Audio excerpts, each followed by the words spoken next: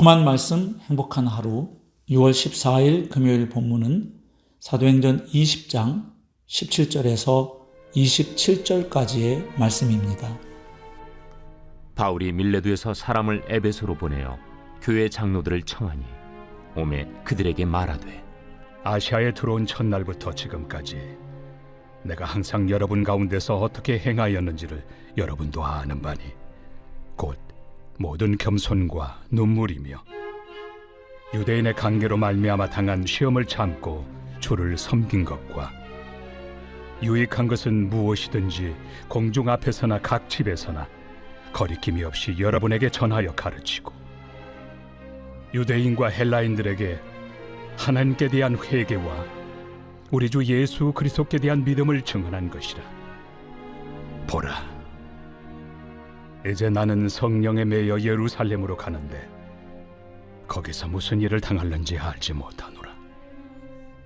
오직 성령이 각 성에서 내게 증언하여 결박과 환난이 나를 기다린다 하시나 내가 달려갈 길과 주 예수께 받은 사명 곧 하나님의 은혜의 복음을 증언하는 일을 마치려 하면은 나의 생명조차 조금도 귀한 것으로 여기지 아니하노라.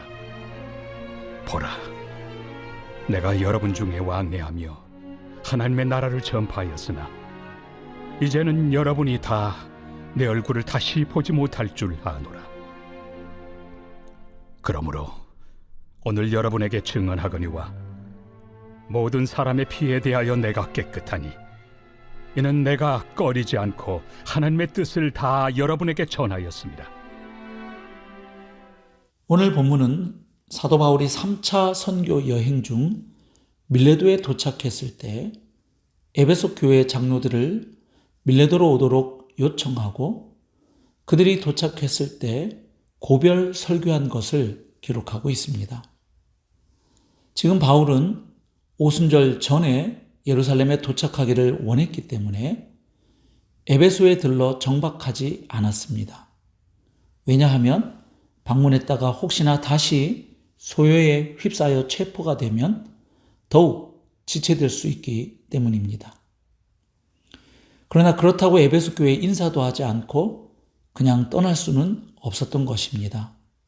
왜냐하면 에베소는 바울이 2번 방문했고 가장 긴 시간을 체류하며 큰 열매를 거둔 선교지였기 때문입니다.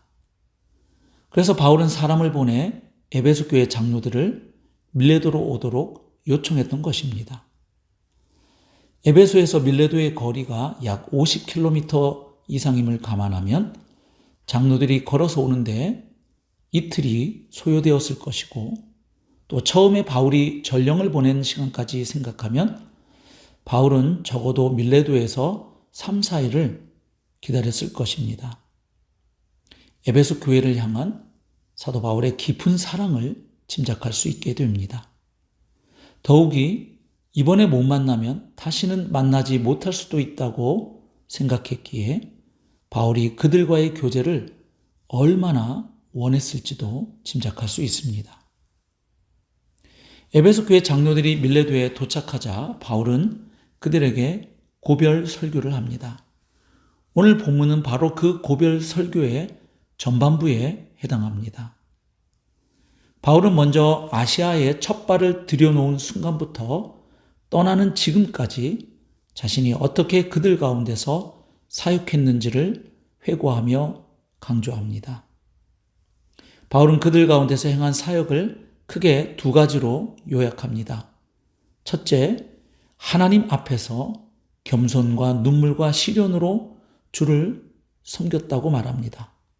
또한 둘째로 성도들 앞에서 전심을 다해 가르치고 전했다고 말합니다. 여기서 바울은 지난 2년여간 에베소에서 행한 사역을 특별히 섬기다 하는 말과 증언하다라는 말로 표현합니다. 다시 말해 바울의 사역은 주님을 섬기는 것과 주님에 대해 증언하는 것이었다고 요약할 수 있습니다. 특별히 성도들의 신앙에 유익이 된다면 공적, 사적 영역을 가리지 않고 때를 얻든지 못 얻든지 가르치고 전하기 위해 일체의 타협을 거절했다고 말합니다. 또한 자신이 가르치고 전한 핵심 내용은 하나님께 대한 회개와 주 예수 그리스도께 대한 믿음이었다고 말합니다. 여기서 회개는 하나님께로 돌이키는 것을 의미하는데 유대인들은 불순종과 불신으로부터, 헬라인들은 우상 숭배로부터 돌이켜야 했던 것입니다. 그리고 믿음은 예수를 그리스도와 주로 믿는 것을 말하는데 바로 십자가에 달려 죽으시고 부활하신 나사렛 예수를 구원자와 주인으로 믿는 것을 의미합니다. 이렇게 아시아에서의 사역을 회고한 후에 바울은 이제 예루살렘에서의 사역을 전망합니다. 다시 말해 예루살렘으로 향하는 자신의 비장한 각오를 드러냅니다. 이제 바울은 에베소에서의 성공과 실패, 기쁨과 고통을 뒤로하고 성령에 매여 예루살렘으로 올라간다고 말합니다. 여기서 성령에 매여라는 말은 성령에 결박된 상태를 묘사합니다. 즉 과거의 신자들을 결박해서 예루살렘으로 끌고 가려고 했던 바울은 이제 자신이 성령에 결박되어 예루살렘으로 올라가고 있다고 말하는 것입니다. 그리고 자신은 예루살렘에서 구체적으로 어떤 일을 당할지 모르는 상태지만 한 가지 분명한 것은 가는 곳마다 결박과 환난이 자신을 기다리고 있다고 성령이 계속해서 증언해 오셨다고 말합니다. 하지만 그럼에도 자신이 예루살렘에 올라가는 것은 주 예수께로부터 받은 사명을 완수하기 위해서임을 분명히 합니다. 즉 결박과 환난이 기다리고 있음을 알고도 가는 길입니다. 다시 말해 예루살렘에서 당할 환난은 그가 완수해야 할 달려갈 길의 한 부분임을 알고 있었던 것입니다.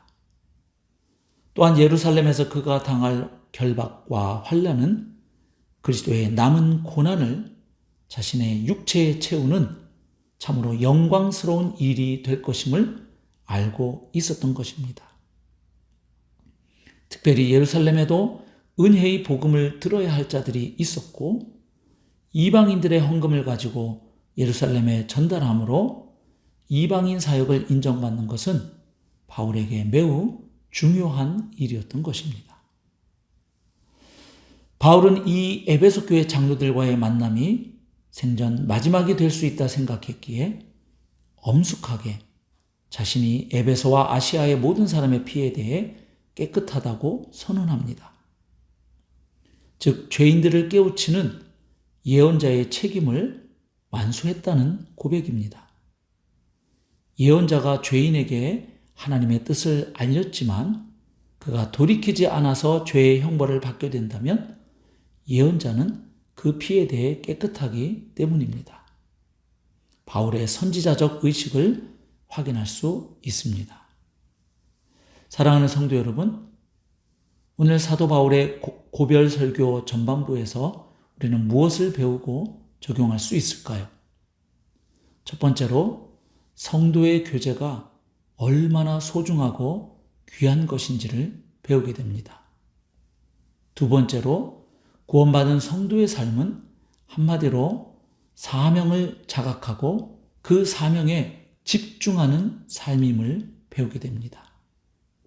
세 번째로 사명자의 사역은 겸손과 눈물의 사역임을 배우게 됩니다.